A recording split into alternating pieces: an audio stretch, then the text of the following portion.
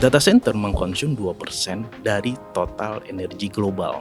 Kalau kita lihat angka 2%-nya, itu terlihat kecil. Tapi kalau kita lihat energinya yang dipakai, itu sangat besar. Hasil riset tersebut menunjukkan 97% customer colo provider itu membutuhkan kontraktual sustainability commitment itu tertuang di dalam kontrak kerja mereka.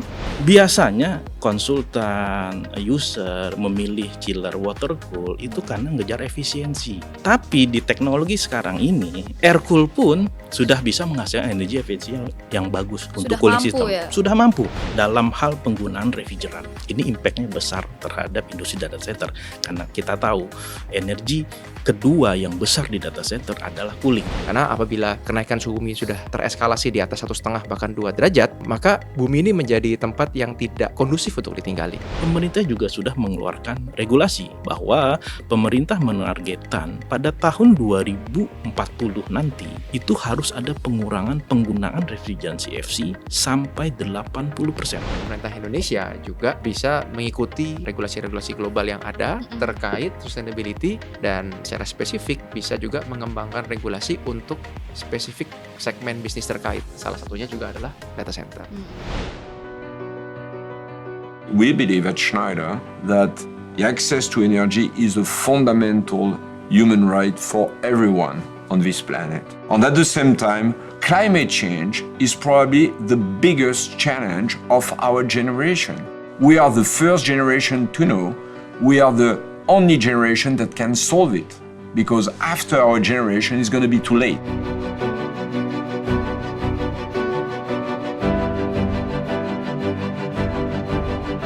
Schneider has a job to make sure that life is on. And we know that life is on when energy is safe, reliable, efficient, and green.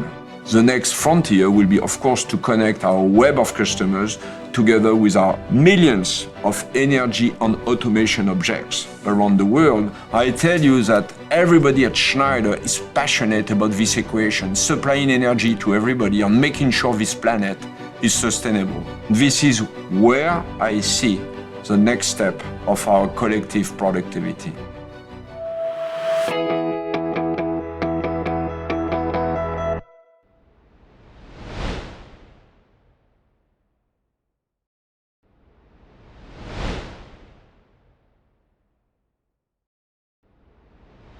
Halo semua, selamat datang di podcast Nusantara by Nusantara Academy.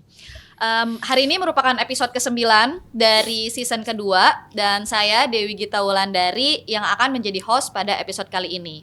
Tema hari ini itu sangat penting dan juga menarik, yaitu 4 faktor pendorong tercapainya sustainability di data center. Nah, untuk membahas hal tersebut kita sudah didampingi oleh 2 narasumber yang sangat experience di data center, yaitu ada Pak Ahmad Syaugi atau biasa kita kenal dengan Pak Ogi. Selamat pagi Pak. Pagi Mbak Gita. Ya, beliau sebagai DC RAC atau Data Center Regional Application Center Head dari Schneider Indonesia, dan juga ada Pak Christian Suryo Atmojo. Pagi Pak. Selamat pagi Mbak Gita. Ya, selaku Sustainability Business Consultant di Schneider Indonesia juga. Nah, untuk lebih dalam lagi kita pengen kenalan lebih jauh nih sama Pak Ogi dan Pak Chris. Jadi Pak Ogi ini merupakan perancang infrastruktur critical data center yang sudah berpengalaman lebih 21 tahun ya Pak di bidang ini dan bertanggung jawab terhadap desain dan solusi teknis dalam membangun data center yang handal dan juga berstandar internasional. Saat ini beliau sudah bekerja dari tahun 2011, mungkin sekarang 2024 sudah ABG ya Pak kalau anak sekarang. Sudah ABG dan beliau sudah mengantongi 2 sertifikasi keahlian yaitu ATD dan CDCS ya Pak. Selanjutnya kalau dari Pak Christian sendiri, beliau sudah bekerja di Schneider sejak 2006 dan sudah banyak halang rintang yang beliau lalui dari bidang otomasi, electrical, terus juga operation dan maintenance, layanan digital, serta efisiensi energi ya Pak ya. Tour of duty. Ya, core of duty, benar. Tapi Pak, ngebahas sekarang ya Pak perihal data center. Data center ini kan lagi masif juga gitu kan. Dan infonya tuh menjadi penyumbang sebesar 2% dari listrik di dunia. Tentunya juga itu mempengaruhi terhadap sustainability ya Pak. Nah sebenarnya kalau sustainability ini kenapa bisa menjadi trending topik sih Pak? Gitu di data center atau bagaimana tuh Pak? Jadi bicara mengenai sustainability itu tidak hanya di data center ya trending topiknya, tapi di mana-mana. Artinya di semua segmen, di semua lini kehidupan, sustainability menjadi topik perbincangan utama. Gitu. Jadi kalau bicara mengenai sustainability ini sendiri, target dan requirement-nya jelas. Di tahun 2050 kita harus bisa mencapai net zero emission. Artinya emisi karbon nol emisi, sehingga kita juga bisa melimit kenaikan temperatur muka bumi menjadi 1,5 derajat Celcius. Apa implikasinya atau apa pentingnya hal tersebut agar bumi ini juga masih tetap bisa kita tinggali dengan baik. Karena apabila kenaikan suhu bumi sudah tereskalasi di atas 1,5 bahkan 2 derajat, maka bumi ini menjadi tempat yang tidak kondusif untuk ditinggali. Oke, sudah panas ya Pak? Sudah panas gitu kan. Jadi sangat akan menjadi sangat penting untuk kita bisa mengendalikan temperatur suhu bumi tersebut. Nah, disinilah letak dilemanya sebenarnya. Kita bicara mengenai pengurangan emisi karbon, tapi di sisi lain semua aktivitas kita itu menghasilkan emisi karbon. Aktivitas kita pribadi, bernafas saja mengeluarkan CO2, mengeluarkan karbon kan gitu kan. Nah, kemudian yang lebih besar lagi dalam eskalasi yang lebih besar juga adalah dalam setiap kegiatan bisnis. Karena kegiatan bisnis akan berdampak kepada kegiatan ekonomi, dan kegiatan ekonomi juga akan mampu memajukan kehidupan masyarakat manusia sebagai sebuah masyarakat di global di dunia. Nah, disinilah menjadi dua sisi mata uang, bisa kita sebut sebagai demikian, karena kita harus mengontrol emisi karbon dan bahkan mengurangi emisi karbon. Tapi di sisi lain kehidupan nggak bisa berhenti kan, nggak bisa dikurangi dan harus terus berjalan dan bahkan harus terus berkembang. Nah ini kesulitan yang memang harus dihadapi, balance yang harus kita ikuti, dan ini mencakup atau terkait dengan kita sendiri secara pribadi maupun kehidupan kita sebagai profesional bekerja di korporasi dan di perusahaan kita masing-masing. Nah, seperti yang dikatakan, data center itu memiliki porsi konsumsi energi yang cukup besar, dan forecast-nya semakin lama akan semakin besar. Karena kita lihat perkembangan digital ekonomi, semua sekarang digital. Ini pun juga podcastnya nanti akan tayangkan secara digital, saya yakin. Artinya kebutuhan data center atau penggunaan data center akan semakin masif. Ditambah lagi dengan nanti hadirnya artificial intelligence yang kebutuhan energinya akan semakin masif dan lebih masif dari yang ada sekarang. Iya, setuju Pak. Nggak mungkin ya zaman sekarang digitalisasi nggak bertumbuh gitu kan. Nggak terlepaskan. Iya. Nah Pak, kalau misalnya ya Pak, pasti pelanggan itu menuntut sustainability ya Pak. Nah, bagaimana tuntutan pelanggan itu mempengaruhi keputusan data center dalam sisi operasionalnya? Oke, sebagaimana layaknya dalam sebuah bisnis, tuntutan pelanggan atau ekspektasi pelanggan itu akan menjadi aspirasi bisnis utama bagi setiap perusahaan. Kita selalu dituntut untuk memenuhi ekspektasi pelanggan, karena ekspektasi pelanggan tersebut akan kembali menjadi dua sisi mata uang, bisa menjadi business opportunity, tapi juga bisa menjadi business risk. Menjadi opportunity apabila kita mengikuti aspirasi tersebut, sehingga kita juga bisa kemudian secara berkelanjutan mengupgrade bisnis kita agar dapat mengikuti tuntutan tersebut. Tapi di sisi lain apabila kita abai dan kita tidak mengikuti aspirasi tersebut, ya itu akan menjadi business risk, karena kita akan ditinggal oleh customer kita, dianggap tidak relevan, dan kita juga tidak bisa lagi memenuhi kebutuhan mereka dan juga kebutuhan ekonomi dari perusahaan.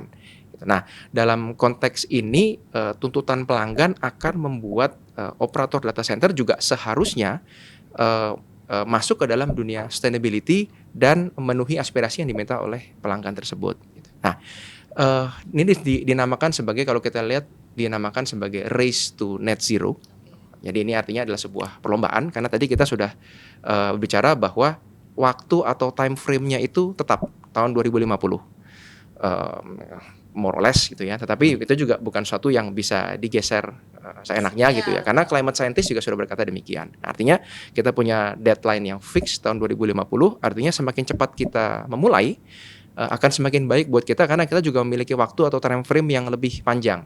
Bandingkan kalau kita sudah mulai sustainability ini Schneider mulai sustainability sehingga saya tahun 2008 program pertama kami gitu ya. Artinya kita punya waktu dari 2008 hingga 2024 tahun ini untuk kita bisa mendevelop secara progresif target sustainability kita. Bandingkan dengan perusahaan yang baru. Sekarang misalnya mereka kira cuma juga punya waktu yang lebih singkat dan terbatas gitu ya untuk memenuhi target-target yang ada. Gitu. Padahal untuk memenuhi target sustainability tersebut juga tidak mudah. Banyak challenge-nya itu berdasarkan pengalaman kami gitu. Jadi itu juga yang menjadi driver dari data center operator untuk memenuhi kebutuhan pelanggannya. Nah, kenapa pelanggan atau customer ini membutuhkan hal-hal seperti ini gitu ya? Karena kalau kita bicara tentang corporate greenhouse gas protocol yang mengatur tentang emisi karbon, emisi karbon dari sebuah korporasi itu dibagi menjadi 3 skop. Skop 1, skop 2, skop 3. Skop 1 dan skop 2 adalah internal emisi dari sebuah organisasi atau perusahaan, dan skop 3 adalah emisi eksternal yang dihasilkan karena perusahaan tersebut melakukan aktivitas bisnisnya karena melakukan supply chain. Ada kontribusi supply chain di situ. Nah, dalam konteks ini emisi yang dihasilkan oleh data center operator, artinya skop 1 dan skop 2 dari data center operator ini, itu akan menjadi emisi skop 3 bagi customer-nya. Dan customer ini tentu saja akan berusaha untuk menginventarisir seluruh emisi yang dihasilkan dari seluruh supply chain mereka, termasuk pada saat mereka membeli layanan dari data center operator. Nah, disinilah kemudian menjadi penting bagi data center operator untuk mengetahui berapa emisinya. Dan itu akan sangat berdampak atau sangat bergantung terhadap bagaimana mereka menjalankan operasionalnya mereka. Oke. Setuju Pak. Kalau dari Pak Ogi sendiri mungkin ada yang ingin ditambahkan Pak atau seperti apa? Ya, yang pertama terkait pertanyaan kenapa sustainability menjadi penting ya. Ini menarik ya. Kalau saya boleh ambil rangkuman menjadi 2 reason ya. Saya pikir yang pertama adalah karena penggunaan data center energi yang begitu besar. Nah, yang kedua ya adalah dikarenakan pertumbuhan data center yang secara eksponensial. Nah, kembali ke reason pertama. Tadi sudah disebutkan oleh host ya bahwa data center mengkonsum 2% dari total energi global. Kalau kita lihat angka 2%-nya itu terlihat kecil. Angka 2-nya karena kita mengcompare terhadap 100%. Terkesan ya. Tapi kalau kita lihat energinya yang dipakai itu sangat besar. Nah, karena energinya besar, potensi untuk mengganggu tujuan dari sustainability menjadi besar juga. Itulah kenapa jadi trending. Itu yang pertama ya. Yang kedua terkait pertumbuhan data center yang secara eksponensial. Kita tahu data center berkembang sangat cepat. Bahkan perkembangan ini di luar prediksi dari semua pelaku data center. Di luar prediksi. Sangat masif ya, Pak? Sangat masif, sangat cepat gitu loh, di luar prediksi. Nah, dua ini sangat relate ya, pertumbuhan itu. Kalau saya bisa lihat ke belakang ya.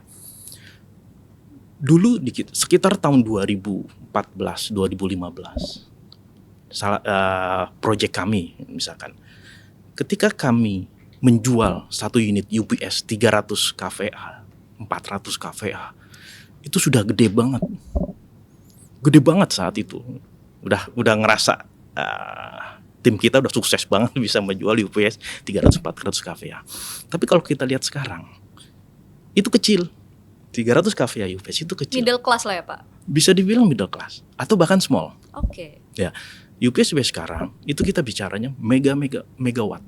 1 megawatt, bahkan kalau di paralel bisa 5-6 megawatt, dan itu beberapa data hall. Yeah. Jadi sebegitu masifnya, eksponensial gitu loh pertumbuhannya.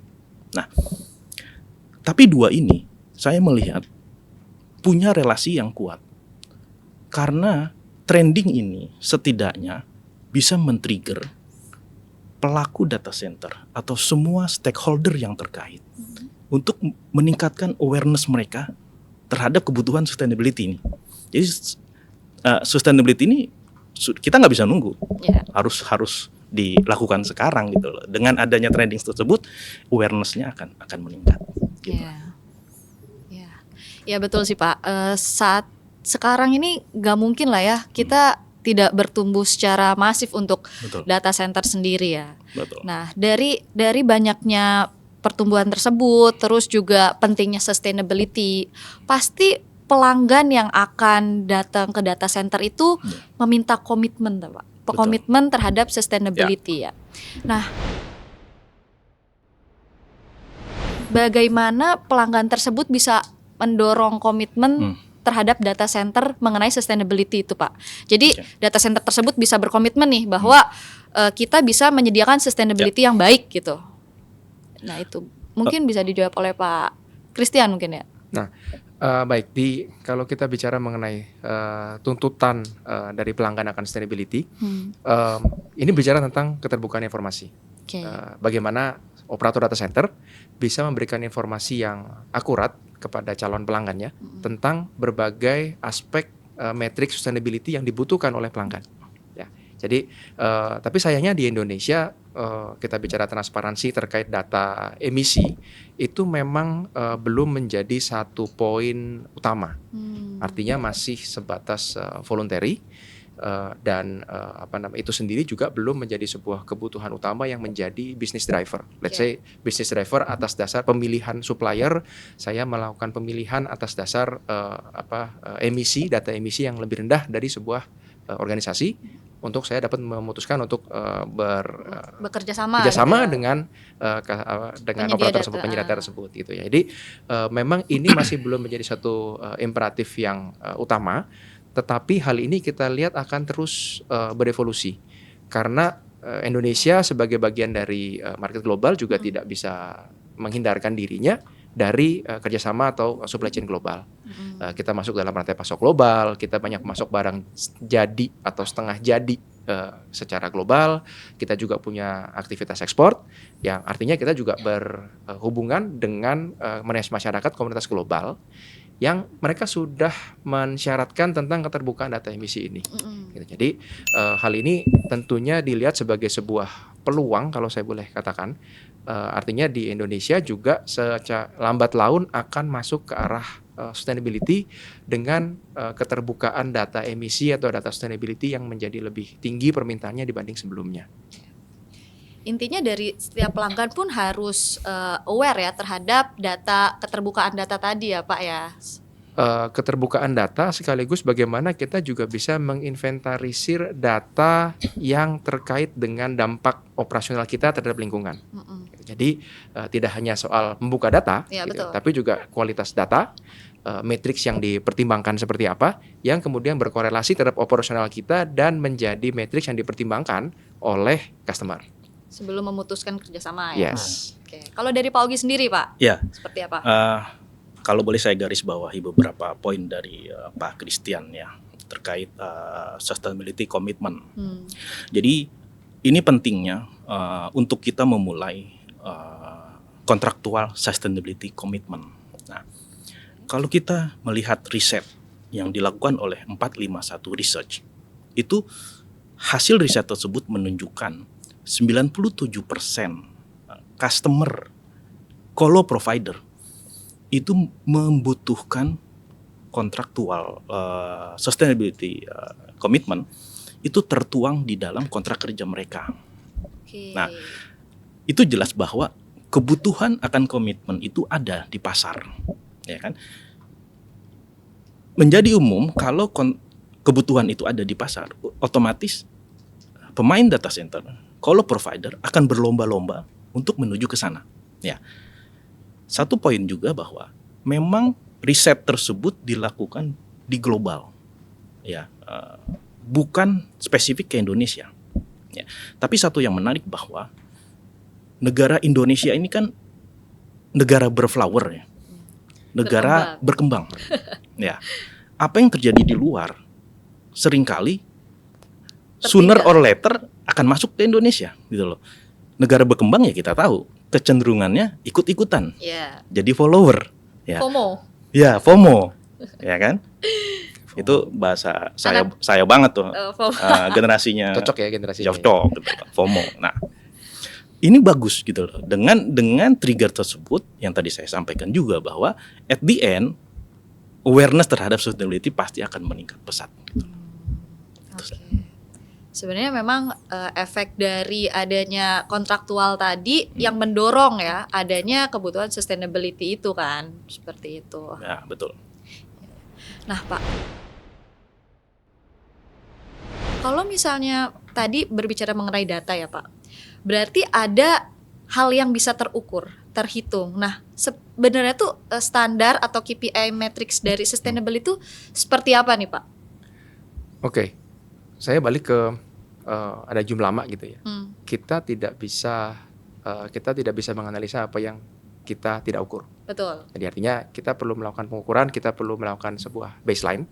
Dan kalau kita bicara secara sustainability itu sendiri kan tadi kita sudah bicara juga bahwa inti utamanya adalah mengenai mengurangi emisi karbon. Artinya kita harus bisa mengukur segala poin atau segala sumber yang menjadi sumber utama yang mengeluarkan emisi karbon dalam setiap aktivitas operasional. Nah, ada banyak definisi terkait sustainability karena memang sustainability atau emisi karbon bukan satu-satunya poin di situ. Karena sustainability bisa kita lihat dari sisi bagaimana kita bisa menggunakan resource saat ini tanpa harus mengurangi kemampuan generasi masa mendatang untuk bisa menggunakan resource bumi, itu satu hal. Lalu kemudian juga ada definisi yang terkait dengan perusahaan, kita bicara tentang do well and do good bagi sebuah perusahaan gitu. Bagaimana perusahaan juga bisa beraktivitas dan memberikan aktivitas atau finansial yang baik, tapi sekaligus juga memiliki dampak lingkungan yang terukur gitu ya, sehingga tidak merusak lingkungan. Di sisi lain kita juga bisa ada yang berbicara juga tentang terkait triple bottom line, people, profit, dan planet. Artinya secara profit memang itu satu hal, tetapi dalam mencapai profit itu kita tidak boleh mengabaikan komponen people, artinya masyarakat sekitar atau stakeholder, artinya bukan hanya sekedar shareholder dari perusahaan, tapi juga stakeholder, siapa yang terlibat di dalam operasional perusahaan tersebut, tetapi juga tentang planet. Nah, planet inilah yang kita bicara tentang emisi karbon, dan masih banyak ya pada saat kami juga berinteraksi dengan supplier-supplier kami, kenyataannya masih banyak supplier-supplier yang bahkan mereka belum paham bahwa ini tuh bisa diukur ya, ini tuh sesuatu yang bisa diukur ya. Nah, ini juga menunjukkan betapa bervariasinya pemahaman terkait sustainability, dan salah satu komponen utamanya adalah emisi karbon. Bagaimana tentang mengukur, apa saja faktor-faktor yang perlu dilakukan untuk mengukur. Nah, di situ kemudian kita belum bicara soal sustainability KPI matrix apa ya. Bahkan dari pemahamannya sendiri juga masih varying nih, masih beragam, masih banyak sekali perbedaan antara satu perusahaan dan perusahaan yang lainnya. Gitu ya. Nah, tapi kalau kita lihat dari sisi data center, kita bicara KPI matrix, apalagi juga berhubungan dengan lingkungan. Tadi sudah disampaikan data center menggunakan energi yang cukup masif. Nah, dari situ kita bicara energinya apa sih? Satu, listrik, sudah pasti. Artinya bagaimana data center tersebut bisa menggunakan energi listrik dengan efisien, karena tentu saja kita ingin penggunaan energi itu sifatnya seefisien mungkin, karena semakin banyak kita menggunakan energi ya tentunya emisinya juga akan semakin besar, semakin banyak. Nah, kemudian faktor lain di data center, misalnya kita bicara soal penggunaan air, karena penggunaan air ini adalah untuk pendinginan. Data center menghasilkan panas yang besar, sehingga kita juga butuh air untuk sebagai media pendinginan. Nah, terutama untuk daerah-daerah yang memiliki yang disebut sebagai water scarcity atau water pressure, area yang mengalami krisis air atau airnya terbatas. Nah, artinya kan kita juga perlu menghemat penggunaan air semaksimal mungkin. Kita menghemat penggunaan air agar dapat menghasilkan pendinginan yang seoptimal mungkin. Itu kalau kita bicara soal pendinginan air. Belum lagi kalau kita bicara mengenai penggunaan freon. Nah, kita bersama zaman dulu freon merusak ozon, memang sudah ada perbaikan atas teknologi refrigeran. Kita tidak bilang freon lagi, tapi bicaranya sebagai refrigeran.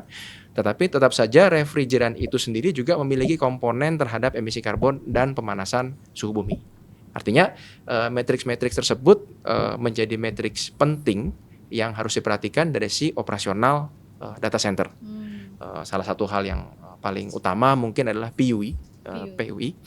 Itu satu kita lihat sebagai power usage effectiveness yang membandingkan atau memonitor bagaimana beban keseluruhan beban data center dibandingkan dengan beban yang digunakan untuk melayani beban IT. Ya. Nah, itu menjadi matriks utama yang sangat perlu diperhatikan agar emisi yang dihasilkan oleh data center itu bisa lebih terkontrol. Ya, menarik sih Pak, karena hal-hal seperti itu mungkin sekarang masih kurang perhatiannya ya, gitu kan? Sangat kurang perhatian. Iya. Kalau saya boleh jujur, mungkin kalau kita bicara data center, terutama yang dari global, mereka sudah sangat perhatian sekali ya. Iya.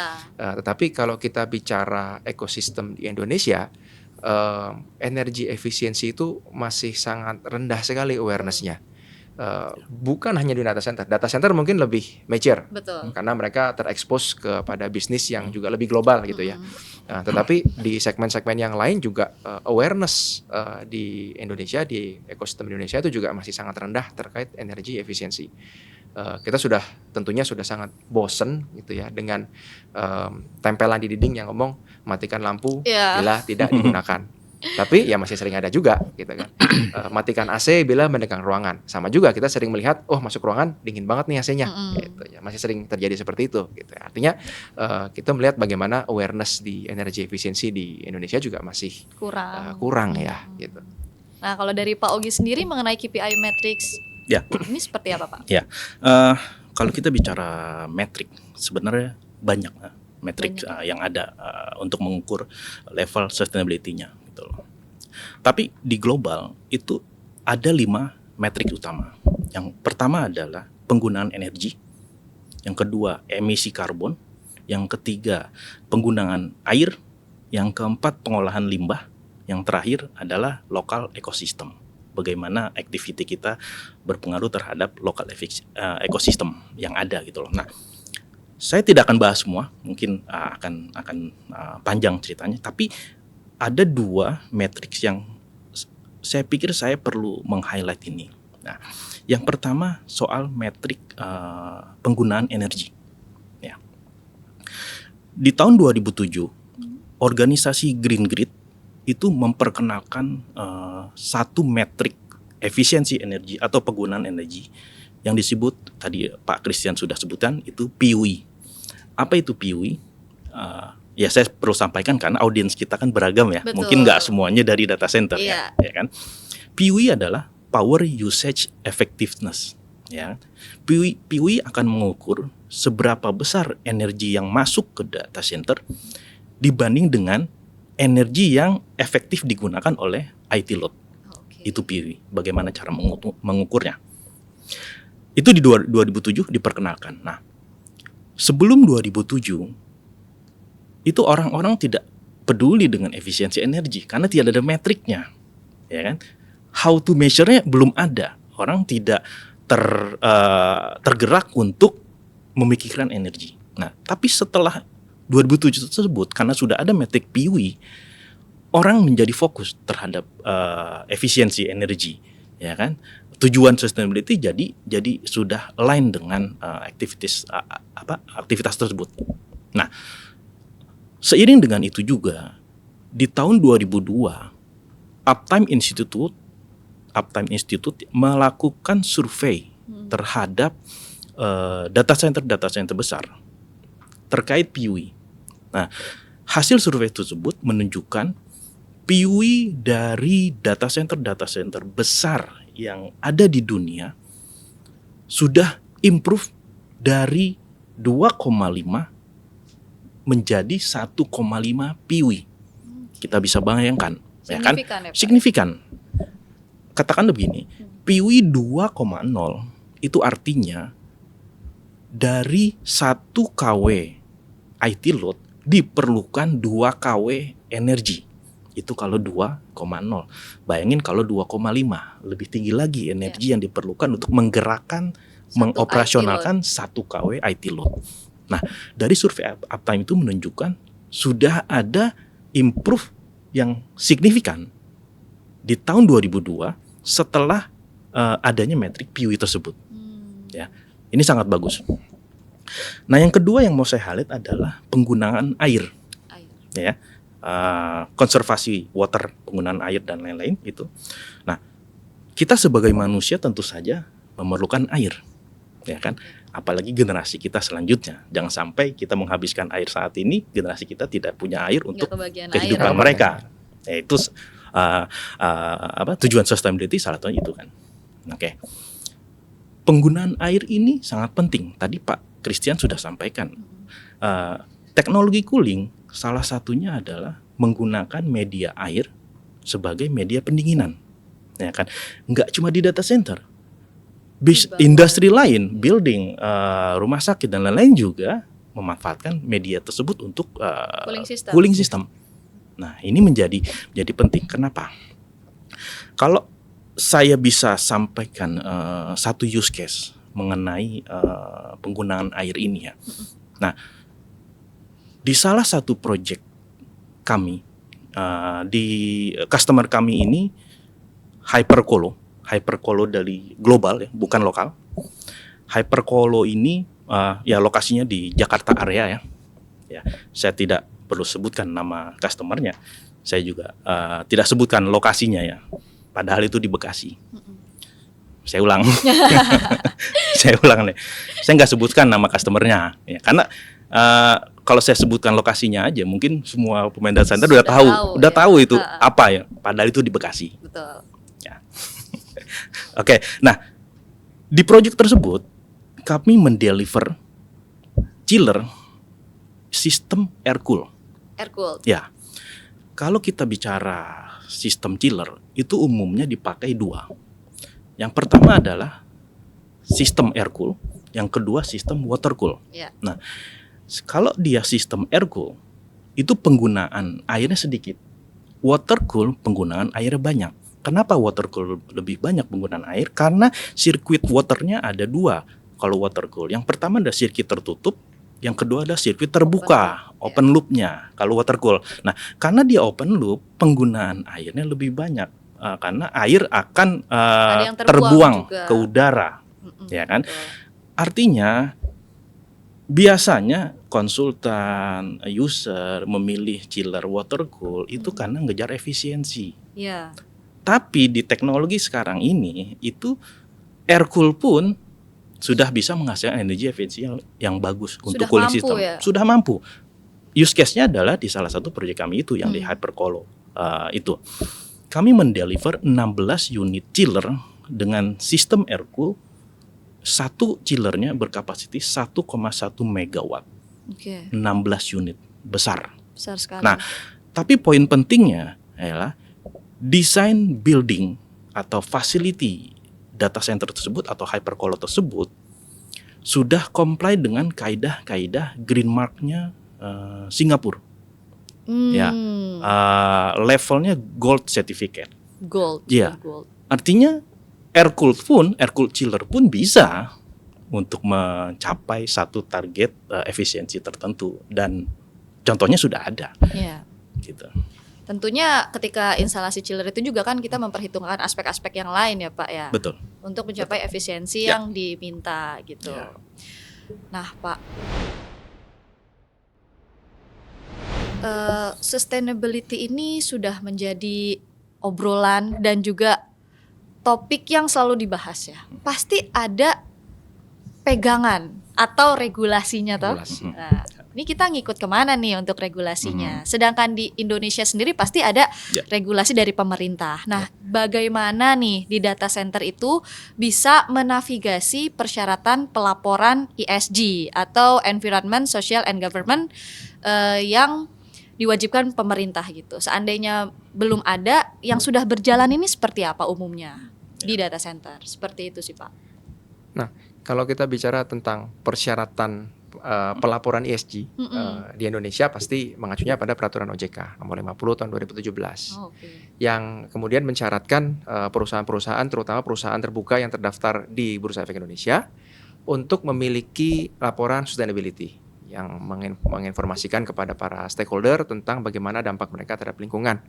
baik itu dari sisi environment, sosial, masyarakat sekitar, dan juga governance. Artinya bagaimana mereka menjalankan tata kelola perusahaan. Karena tata kelola perusahaan di sini yang akan mempengaruhi bagaimana dampak mereka terhadap stakeholder dan society di sekitarnya. Ya. Gitu ya.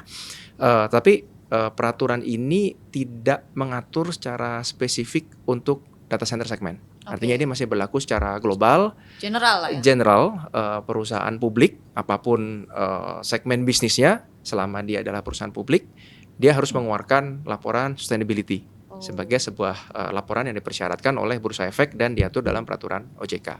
Itu kalau kita bicara di Indonesia. Tapi sebagaimana kita juga tadi diskusikan, Indonesia sebagai negara berflower yang kemudian nanti akan ikut apapun yang kemudian menjadi tren global di dunia. gitu ya di dunia. Nah, secara global sendiri sebenarnya sudah banyak sekali regulasi dan standar yang mengatur khusus secara spesifik mengenai data center. Salah satu contohnya adalah di Eropa. Kita bicara mereka memiliki European Green Deal terkait dengan peraturan-peraturan untuk sustainability di ranah lingkungan dan ekosistem bisnis di Eropa.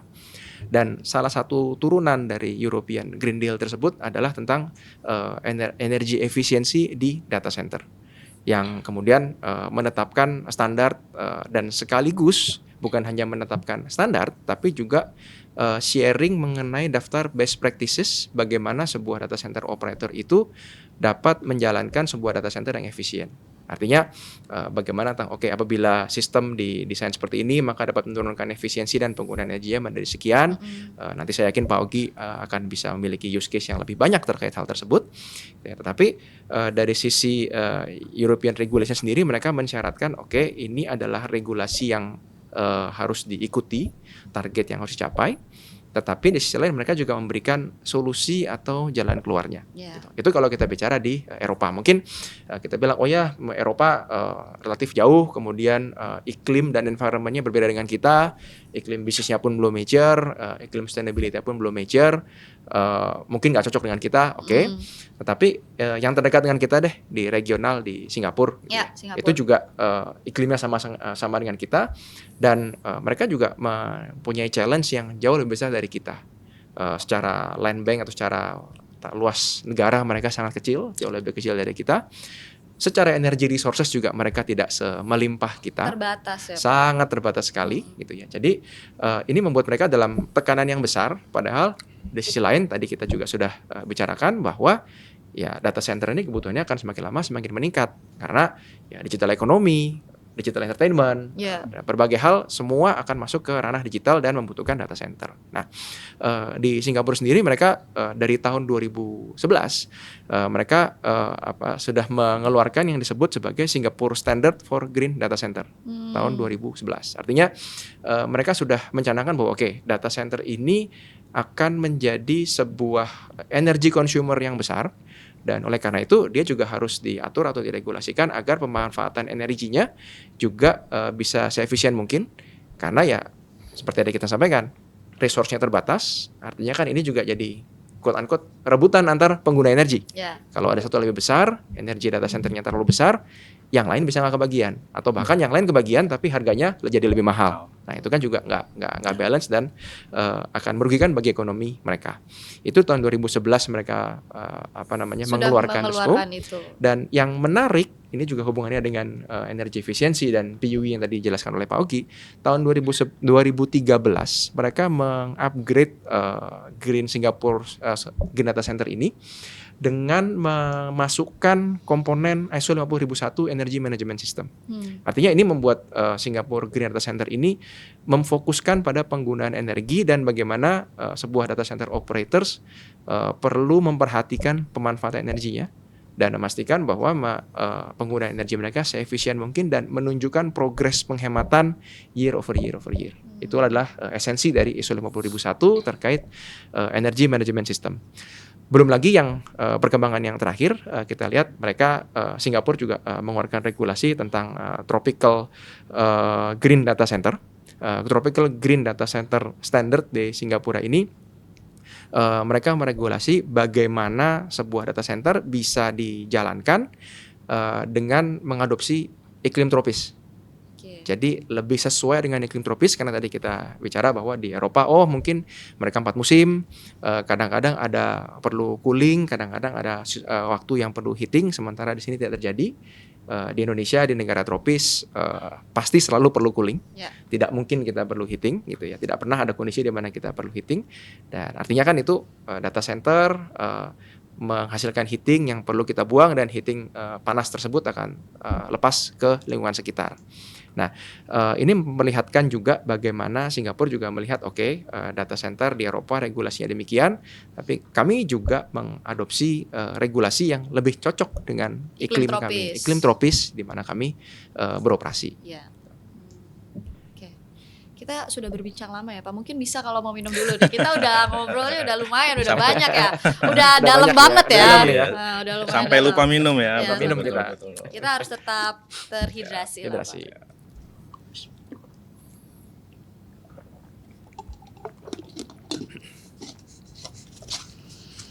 Tapi Pak, kalau misalnya pelaporan tersebut ya, kalau untuk pelaporan dari tiap industri itu apakah berkala, setiap diperbarui setahun sekali, atau reportnya itu seperti apa Pak?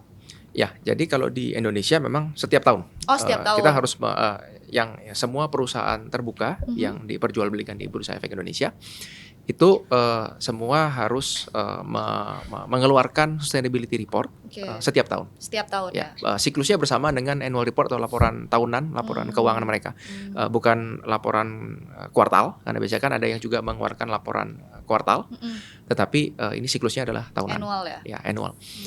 Dan mungkin kalau kita sedikit kembali lagi ke Eropa gitu ya, untuk kita melihat bagaimana perkembangan lanskap pelaporan sustainability di global. Mereka juga sudah memiliki standar yang namanya CSRD, Corporate Sustainability Reporting Directive. Itu di mana corporate CSRD ini mengatur tentang kebutuhan adanya perusahaan untuk melaporkan secara transparan dampak sustainability mereka secara operasional bisnis, yang bukan hanya untuk perusahaan-perusahaan yang beroperasi di Eropa, tapi juga perusahaan luar yang memiliki operasional yang signifikan di Eropa.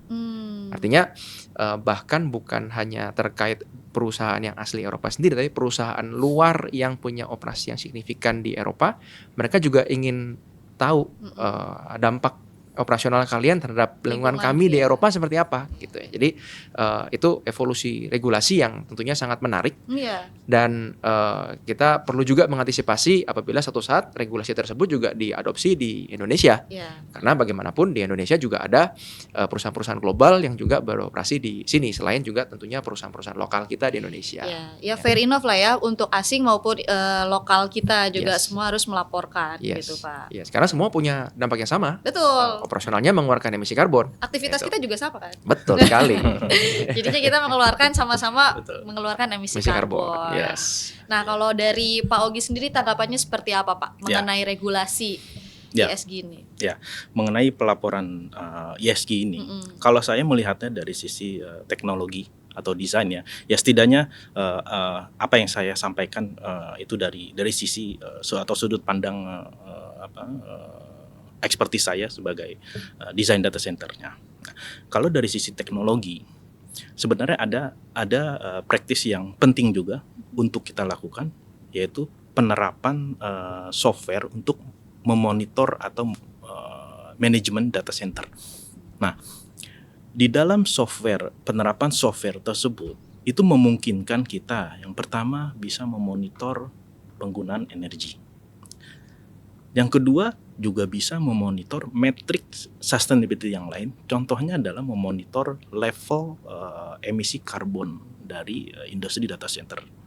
Nah, dari dua itu, kalau kita bisa menerapkan software untuk industri data center yang berjalan saat ini, setidaknya kita punya tools yang cukup di saat let's say nantinya itu menjadi wajib di Indonesia gitu loh. Sekarang ini kan mungkin ya belum jadi wajib karena peraturannya belum belum mature gitu loh. Nah, tapi kita juga nggak bisa menunggu peraturan itu mature dulu baru kita bergerak melakukan sesuatu kan.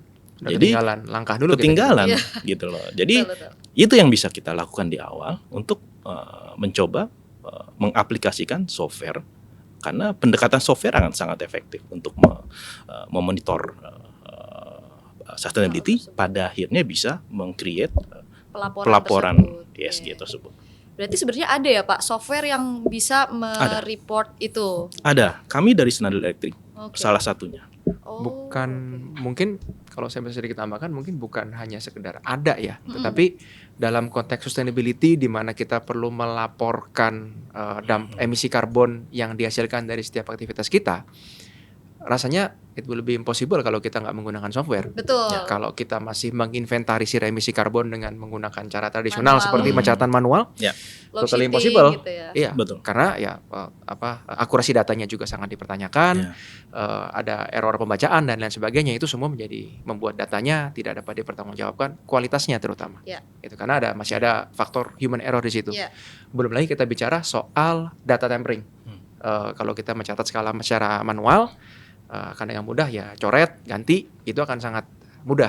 Sehingga itu namanya disebut sebagai data tampering. Tapi kalau dengan software, apa yang dicatat oleh software ya itulah kondisi aktual yang didapat dari alat ukurnya, Betul. dari meternya. Akurasinya dan konkretnya juga lebih pasti lah. Pasti dapat dipertanggungjawabkan dan trace-nya ada. Historical pencatatannya itu semua ada tercatat dalam sistem tersebut. Ya. Dan itu jalan secara digital kan ya Pak? 24/7. Iya. Tidak ada 24/7. manusia yang bisa 24/7 seperti itu. Iya. Gitu kan? Dan aplikasi seperti itu saat ini menjadi common pada data center besar. Ya, pemain colo provider yang besar, mereka sudah common mengaplikasikan itu. Tapi untuk pemain-pemain skala kecil menengah itu tidak semua Focusing terhadap hal itu. fokus dan mengaplikasikan pendekatan software untuk menuju ke pelaporan ESG tersebut. Jadi ini memang salah satu aktivitas dari teknologi provider yang salah satunya kami dari Schneider Electric untuk terus mengedukasi customer kami akan pentingnya penggunaan software di operasional data center gitu. Ya memang saat ini software itu sudah harus terinstall sih Pak. Maksudnya untuk merecord data-data, apalagi pelaporan ya, reporting. Betul. Kayak gitu. Itu sudah harus sih Pak. Implementasi software itu sangat jauh lebih mudah Ya. dibandingkan kalau kita harus implementasi dalam level hardware. Ya. Betul. Dan hardware-nya sendiri juga bisa generik dalam bentuk komputer IT, dan software yang kita install di situ akan sangat membuka banyak opportunity untuk kita bisa mengetahui dan mendapatkan data, kemudian mengumpulkan informasi, menganalisis data tersebut untuk kemudian kita bisa mendapatkan insight tentang apa yang harus kita lakukan nih untuk perbaikan. Ya betul. Sudah relevan dengan IoT ya sekarang juga kan ya. Sangat. Terus juga pasti dia akan lebih oke dibanding kita harus hire manpower. Ya. Bukan berarti itu isu yang sangat sensitif ya. Bukan berarti bahwa kita kemudian tidak membutuhkan manpower.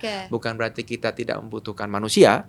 Tetapi kita menyerahkan kepada teknologi software untuk melakukan pekerjaan-pekerjaan rutin, yang mana manusia sendiri sebenarnya juga tidak bisa melakukan pekerjaan rutin tersebut secara konsisten. Beda dengan sistem komputer hardware yang bisa konsisten. Tetapi kita dari sisi manusia juga kemudian harus upskill, upgrade skill kita agar kita juga bisa melakukan pekerjaan-pekerjaan analisis dan implementasi atas data-data dan informasi serta insights yang diberikan oleh sistem tersebut.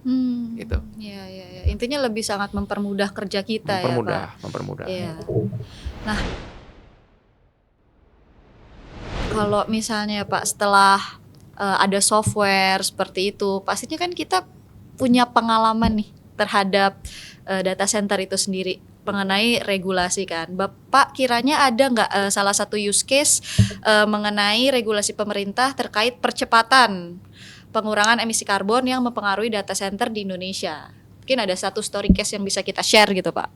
Ya, terkait regulasi tersebut memang regulasi pemerintah, terutama dalam industri data center, memang belum secara holistik ada gitu loh. Jadi masih parsial gitu loh. Tapi bukan berarti regulasinya tidak ada sama sekali, ya kan? Satu contoh dalam hal penggunaan refrigeran, ini impactnya besar terhadap industri data center karena kita tahu energi kedua yang besar di data center adalah cooling. Ya. Setelah Listrik. yang pertama ya listrik untuk cooling. Setelah yang pertama untuk IT load. IT load-nya Jadi sendiri. sangat besar gitu loh untuk cooling. Nah, di Indonesia sendiri pemerintah kita melalui Kementerian Perindustrian di tahun 2000-an itu sudah melarang penggunaan refrigeran CFC, klorofluorokarbon. Karena apa? CFC sangat merusak ozon. Ya, tingkat perusakannya sangat tinggi. Itu di tahun 2000-an lah.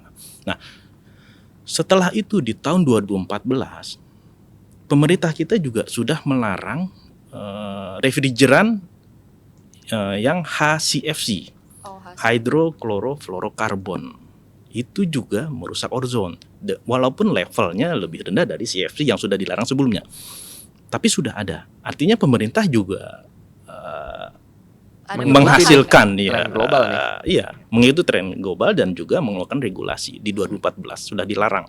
Nah, saat ini memang refrigeran yang dipakai kebanyakan adalah HFC, HFC. hydrofluorokarbon. HCFC yang dipakai sekarang ini bukan berarti tidak merusak ozon, tetap merusak walaupun pada level yang Lebih rendah. lebih rendah. Nah, terkait inisiatif tersebut, pemerintah juga sudah mengeluarkan regulasi bahwa pemerintah menargetkan pada tahun 2040 nanti itu harus ada pengurangan penggunaan refrigeran CFC sampai 80%. 2040. Jadi mungkin nggak 100% akan dihilangkan, tapi pengurangannya signifikan. Hingga Sampai 80 80% nanti di 2040. Nah, regulasi tersebut dengan pelarangan beberapa penggunaan refrigeran tentu akan berimpak terhadap operasional data center. Ya kan? Data center juga harus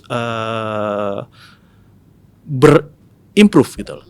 Data center juga harus memikirkan teknologinya juga akan mengikuti. Kami dari sisi teknologi provider juga akan mengikuti itu. Ya. Kita berinovasi secara gradual untuk menghasilkan produk yang bisa bekerja dengan efektif dengan refrigeran HFC yang sekarang diizinkan gitu loh.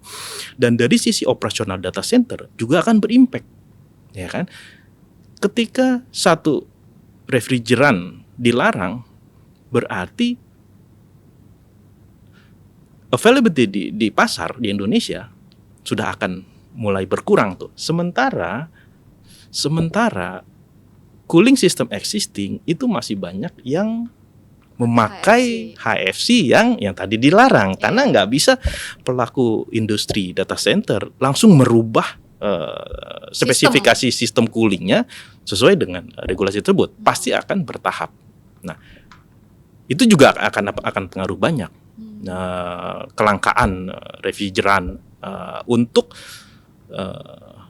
data center baru itu bisa disesuaikan. Mereka akan menyesuaikan refrigeran yang cocok untuk teknologi mereka. Tapi untuk existing data center yang sedang berjalan itu mungkin akan berimpact banyak. Oke. Berarti sebenarnya regulasi itu sudah mulai ditekankan dan dari kita juga nggak bisa langsung kan untuk merubah itu semua. Betul, ya tentu betul. Semuanya itu bertahap gitu Hmm. kan. Iya. Tapi kalau misalnya di chiller sendiri ya Pak ya.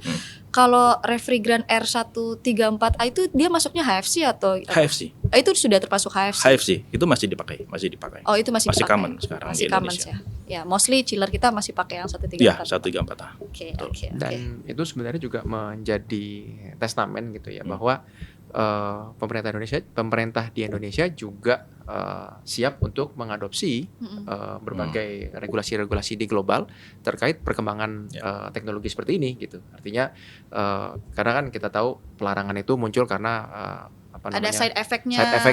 Kemudian itu juga karena ada kesepakatan global yang karena berdasarkan berdasarkan rekomendasi dari sebuah studi gitu ya. Kemudian juga menginformasikan bahwa HFC ini perlu dilarang, Mm-mm. sehingga pemerintah juga kemudian mengikuti regulasi tersebut gitu. Iya. Nah, artinya dalam konteks ini juga bagaimana ke depan pemerintah Indonesia juga bisa mengikuti regulasi-regulasi global yang ada terkait sustainability dan secara spesifik bisa juga mengembangkan regulasi untuk spesifik segmen bisnis terkait. Salah satunya juga adalah data center. Oke. Dari regulasi-regulasi itu ya Pak ya, pasti kan ada hambatan, halangan gitu. Nah, mungkin ada para business owner atau pelaku bisnis sendiri yang ngerasa, waduh kok regulasinya ini kayaknya bisa menghambat atau bisa menjadi penghalang lah ya. Itu kiranya inisiatifnya seperti apa gitu Pak?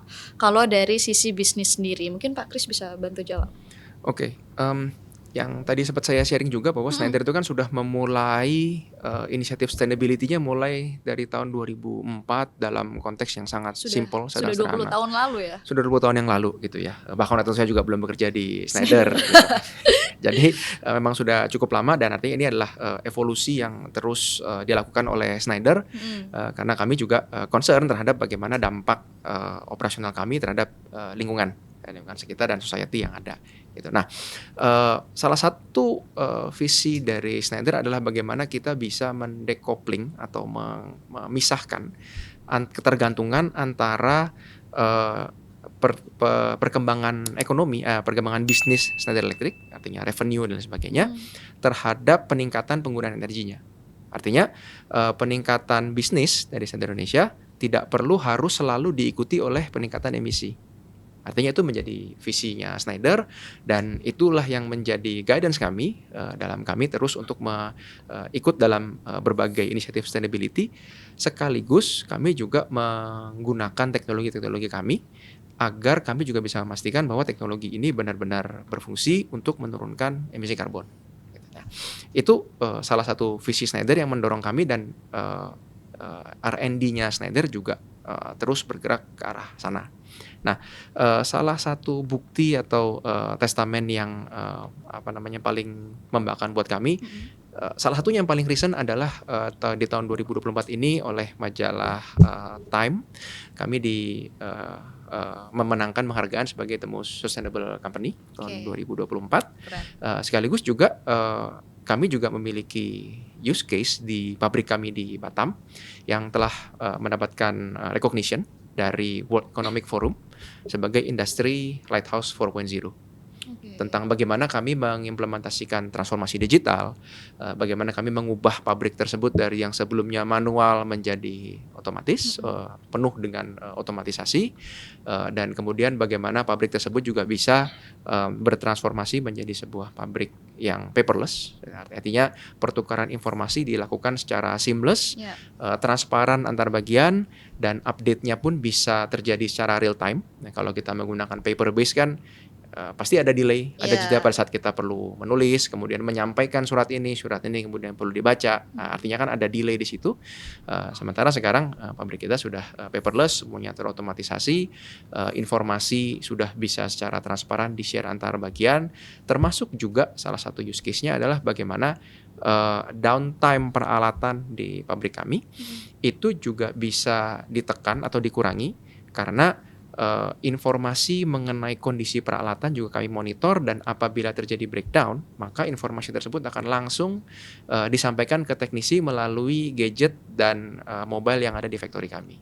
Jadi penurunan atau downtime dan pengurangan produksinya juga bisa semakin dipercepat resolusinya karena ya data-datanya sudah transparan. Artinya pada saat user atau operator mendapatkan informasi, dia juga sudah tahu bahwa oke, kira-kira masalahnya seperti ini karena sensor di equipment-nya berkata bahwa ini malfungsi dan lain sebagainya, sehingga dalam perjalanan untuk mencapai ke alat tersebut dia mungkin bisa mampir ke gudang karena sudah diinformasikan oleh informasi notifikasi tersebut bahwa oke, dibutuhkan spare part ini nih karena peralatan ini rusak.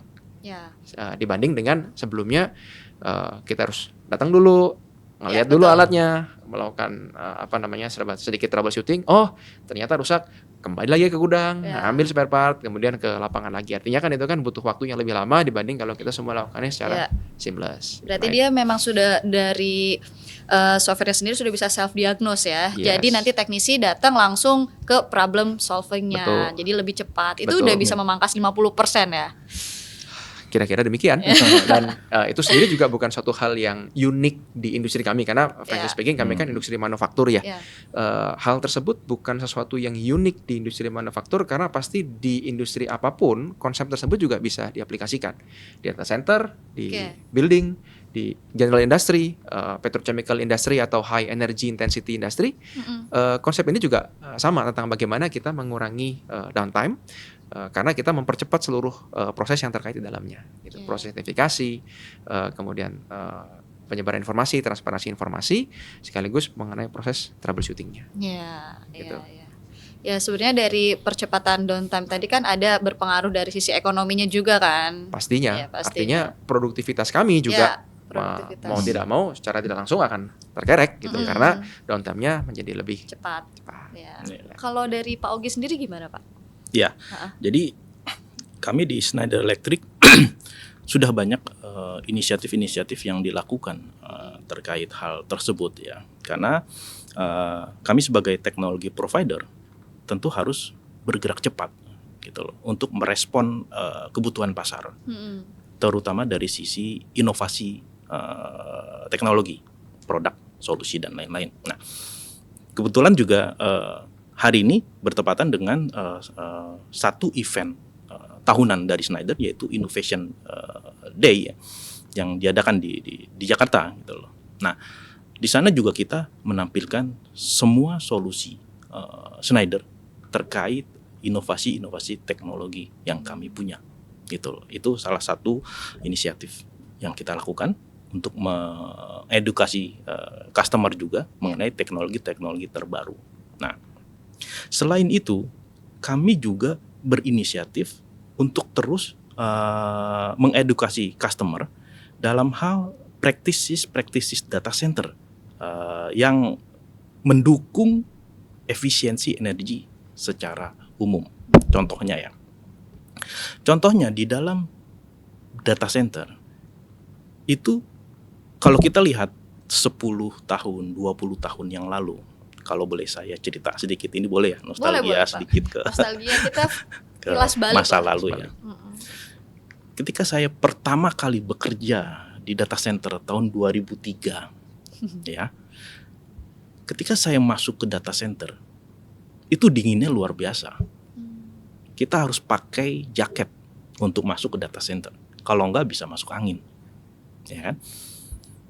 Tapi itu tidak terjadi di 5 tahun atau 7 tahun belakangan gitu loh. Karena customer kita sudah teredukasi dengan cukup bahwa data center itu tidak harus dingin. Ya, kalau dulu kenapa dingin? Yang pertama mungkin ada impact dari requirement servernya juga gitu loh. Tapi teknologi kan berkembang. Server-server sekarang itu tidak perlu temperatur yang dingin gitu loh. Bahkan ASRE sebagai institusi global yang bertanggung jawab terhadap cooling system, itu range untuk temperatur servernya cukup luas, 18 sampai 20 derajat. Nah, dengan range yang luas itu, kenapa kita harus pakai temperatur yang dingin 20-22 derajat. Nah, itu kami terus lakukan edukasi, inisiatif untuk terus bertemu dengan customer, menjelaskan ini contoh ya untuk penggunaan high temperature dalam data hall. Nah, apakah itu ada impact value-nya terhadap bisnis kami? Tentu saja ada. Kalau di cooling system, kalau kita menggunakan temperatur yang lebih tinggi, ada 2 benefit yang realnya. Yang pertama, dengan temperatur yang lebih tinggi akan menghasilkan capacity yang lebih besar. Cooling capacity-nya jadi besar. Untuk satu unit yang sama, kalau kita operasikan pada temperatur let's say misalkan 22 derajat misalkan, itu bisa mendeliver let's say misalkan 100 kW cooling, capacity cooling. Tapi kalau kita operasikan pada temperatur yang lebih tinggi 25, 26, 27, kapasitinya akan naik.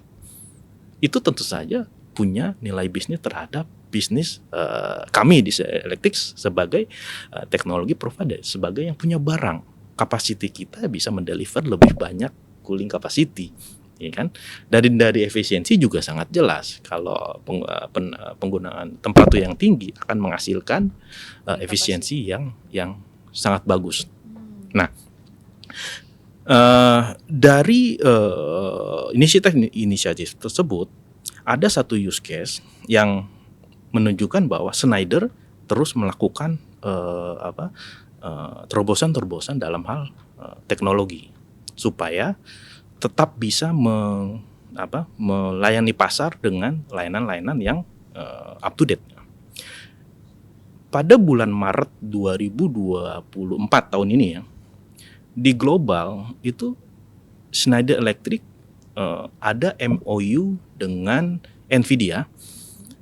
Ya, kita semua tahu Nvidia. Siapa Nvidia? Ya kan, raksasa teknologi yang memproduksi HPC ya, kalau kita sebutnya High Performance Computing atau GPU. Nah, GPU ini sangat diperlukan untuk sekarang ini teknologi AI.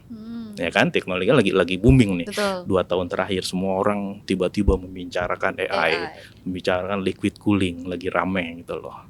Cepat sekali perkembangannya 2 tahun terakhir ini. Nah, untuk merespon tersebut, Schneider bekerja sama dengan Nvidia. Nah, kedua teknologi provider ini, Schneider dan Nvidia, mempunyai komitmen yang sama untuk mensupport perkembangan teknologi AI. Nah, contoh realnya activity dari Schneider untuk mensupport komitmen tersebut, Schneider akan merilis reference design yang bisa mensupport perkembangan teknologi AI. Dari sisi Nvidia juga pasti ada benefitnya. Ya, Nvidia sebagai manufacturer high performance computing, kalau dia bisa menghasilkan high performance computing, GPU dan lain-lain dengan spek tinggi, kalau teknologi infrastrukturnya tidak mendukung, nggak bisa diaplikasikan juga GPU tersebut kan. Jadi Nvidia juga membutuhkan prinsip-prinsip lain yang berfokus pada infrastruktur untuk mendukung bisnisnya dia untuk mensuplai high performance computing. Nah, konkretnya Schneider merilis reference design dan itu bisa diakses gratis oleh semua orang. Jadi poinnya bisa diakses gratis oleh semua orang. Kalau kita googling di dengan note reference design Schneider nomor 99 itu akan muncul dan itu bisa di-download. Dan itu sudah rilis. Sudah rilis. Jadi kita merespon terhadap kebutuhan teknologi yang bisa mendukung teknologi AI. Gitu loh. Ya sih. Mungkin kalau misalnya ketika kita sudah mempublikasi itu, jadi juga masyarakat bisa lebih tahu, bisa lebih baca lagi ya Pak ya, mengenai si reference tadi ya. Okay. Satu mungkin itu kita bicara tadi kan tentang pengoperasian data center. Saya mungkin sedikit menambahkan bahwa itu kita memaksimalkan design constraint. Artinya kita mengoperasikan data center agar kita bisa mendapatkan hasil yang maksimal terkait spesifikasi dari produk kita. Itu artinya kan apabila kita mengoperasikan dalam suhunya lebih tinggi, kita bisa mendeliver kapasiti yang lebih besar dengan equipment yang sama. Artinya kita juga tidak perlu ada penambahan server misalnya. Ada penambahan server, setelah kita kalkulasi ternyata cooling capacity di data hall kita masih cukup nih. Masih cukup tanpa kita harus mengganti atau mengupgrade gitu. Tapi kita juga harus memperhatikan design constraints atau design operating temperature di data center kita, which is masih allowable karena dari sisi spesifikasi servernya sendiri juga masih memungkinkan untuk dioperasikan pada suhu yang lebih tinggi gitu. Ya itu sangat membantu sekali ya Pak ya, terutama Betul, untuk para sangat beneficial. technical team di data center ya. Sangat Ketika akan membuat satu keputusan gitu, ini perlu di-upgrade kah atau enggak, reference-nya bisa belajar dari situ Ya. gitu. Dan mungkin ini juga kalau kita bicara mengekspand kembali horizon-nya gitu ya. Apabila kita bicara, wah saya ada kebutuhan aplikasi untuk menambah server, tapi ruangan saya sudah nggak cukup untuk tambah satu rack lagi nih. Tapi kalau cooling capacity saya masih cukup dan saya masih punya kapasitas space untuk saya menambah server di situ. Artinya kan saya juga tidak perlu membangun data hall baru dengan segala emisi karbon yang dihasilkan dari konstruksi atas data hall baru tersebut gitu. Jadi itu juga sebenarnya bisa berdampak dalam kita menghemat emisi karbon Ya. gitu. Menghemat emisi karbon dan juga menghemat dana project di awal ya Pak Betul. ya, untuk expand data hall itu kan nggak Betul, murah ya. nggak Nggak Betul murah, nggak murah. Meskipun mereka pasti sudah prepare kan, Sudah prepare, untuk sudah planning. Iya, sudah planning, tapi kan kalau ada yang bisa lebih efisien why not, Why not? gitu kan. Why Ya. not? Nah, Pak, ada nggak sih Pak teknologi yang bisa mengefisiensikan energi tersebut gitu ya? Terus caranya gimana nih biar energi tersebut jadi lebih efisien? Di Inro tersebut dia tidak memerlukan air yang dingin. Jadi kalau dia membaca, sistemnya membaca airnya cukup untuk menghasilkan pendinginan tertentu, dia akan balikan air chiller itu ke chiller gitu loh, nggak dipakai sama dia. Karena pembelajaran utama kami di Batam itu sebenarnya bukan soal transformasi digitalnya, tapi yang pertama adalah transformasi sumber daya manusianya. Menikmati podcast ini, Anda bisa dengarkan di mana saja. Temukan kami di Spotify dan jangan lewatkan episode selanjutnya. Cukup ikuti kami di Spotify Nusantara Academy. Selamat mendengarkan. Ingin terhubung dengan para ahli di industri data center? Bergabunglah dengan komunitas kami di LinkedIn Nusantara Digital Community untuk berkolaborasi, berbagi wawasan, dan tetap update terkait dunia digital saat ini.